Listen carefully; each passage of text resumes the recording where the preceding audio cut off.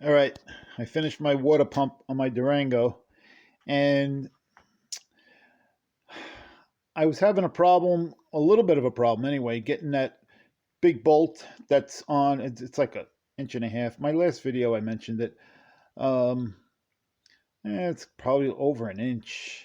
I don't even have I have a whole mess of metric wrenches, but I only go up to maybe like 25 or something, 26. It's bigger than that. Maybe a little bit bigger, maybe.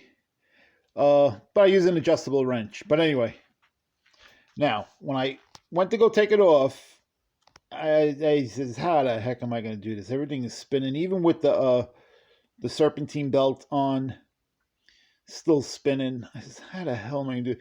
So I looked on YouTube, and there's like 100 guys. Just give it a whack. Put your wrench on it and give it a whack, and it did. It came right off. One little whack, and it came off. Okay, now it goes. The engine turns clockwise, and that big nut that's connected to the clutch fan spins clockwise. Okay, I get it that it's not going to spin off. It'll only get tighter, but still, I wasn't happy with the reverse of that. Putting it on the clutch fan on the and giving it a tap and let it be. No, I just couldn't do that. No way. But it would have been back to exactly what how it was, but not good for me. So they sell wrenches, tools, whatever you want to call it, to hold on to. See, you got 4 bolts, 4 holes on that pulley. Now you can put screws in there and lock it up against the back of the water pump. That's all great if you're taking the old water for the old water pump. That's great, but you don't want to do that to your new water pump. You want to crack it or something. You can't take that chance. You can't. I wouldn't dare do that. Okay, so I guess they sell wrenches. I was looking for a wrench on eBay. I was looking all over, and I had to make one. Let me get this far out. This gets so close up. Okay, so you see what I made. It's nice heavy stainless steel, probably like an eighth. It's pretty sturdy, very very stiff, tough. If anybody's ever tried drilling through stainless steel, oh man, you go through bits after bit, and I'm lubing them up, the bits and everything, and oh, it's tough. I hate. And this is the strongest, thinnest thing I had to get in between. The shroud and everything. Okay, anyway, so for you guys that now this is for a Dodge Durango 4.7. Okay, this from this point to this point is exactly 3 inches, exactly. But it's got to be offset. See, it's offset because this goes around. Okay, so you can get a piece of cardboard and mark it, and then transfer it to a piece of metal or something, whatever. However you feel comfortable doing it. But hey, you see the way it fits in. I notched the side of it here. You see the side?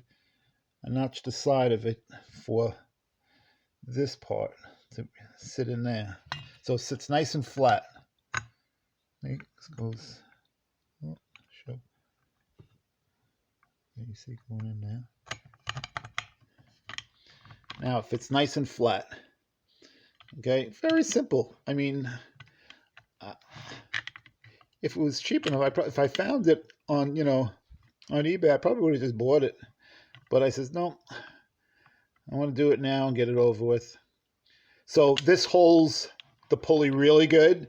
Now you spin your your fan on, and what I found was really easy because now you're working in between the shroud. I didn't take the radiator out, so I was holding with one hand the fan very carefully, holding the shroud and putting them in together. Okay, I found the easiest way when you have that fan coming on, the clutch fan coming on, and the fan and the clutch coming on with that big nut, right?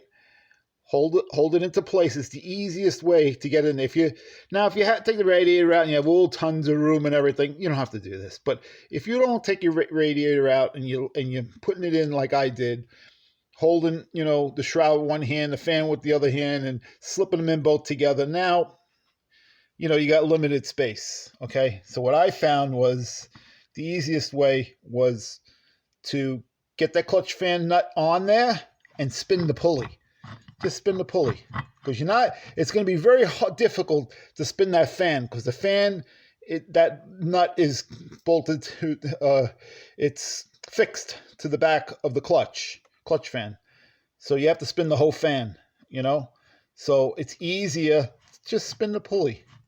Just tighten it and snug it up, and then get your homemade wrench. Now this wrench I made is for a Durango 4.7. Okay, so just about even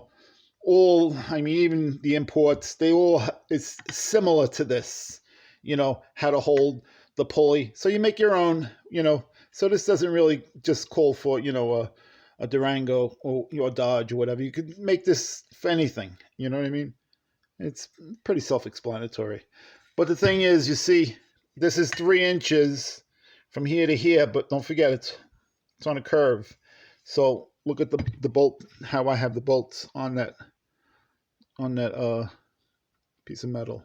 See, this one's on the inside, and that's like in the middle. To take the offset, it slips right on there, pretty easy. Right on there. Yeah, slips right on there. I'll probably never need it again. But I did it. I wasn't going to leave it just tapped on. No way. No way. Even though everything's spinning clockwise, and it's not, because the odds are that's just a little tap is probably fine, but not for me. No, not for me. Especially my head's in there. I'm working on it. If I'm doing something, and then that's on, it'll always be on my mind that I just gave that a little tap. So, but with this method, you're holding on to that pulley, and you got your wrench on there. You could actually feel it tightening up. You know what I mean? You could feel it. Who knows what the torque spec is on that? But it's tighter than it was. That's for sure. And that's fine with me. All right. I hope this helps somebody. All right. Good luck if you're going to make one.